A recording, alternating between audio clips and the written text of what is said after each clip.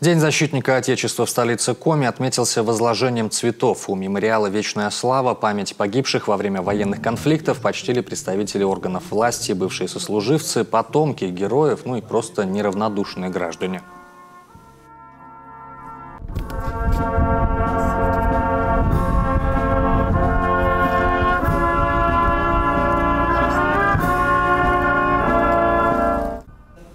Такая же процедура повторилась у подножия памятника «Скорбящий воин». В почетном карауле стояли действующие солдаты войсковой части, а также юнормейцы. В память о героях трижды звучал оружейный залп.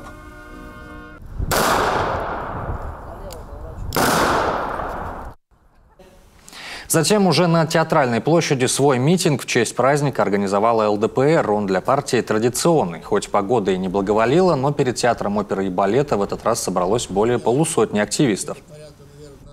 Профессиональным военным мирного неба над головой и хорошей учебы, хороших привития навыков, знаний и умений, чтобы мы, мирные граждане нашей страны, жили спокойно.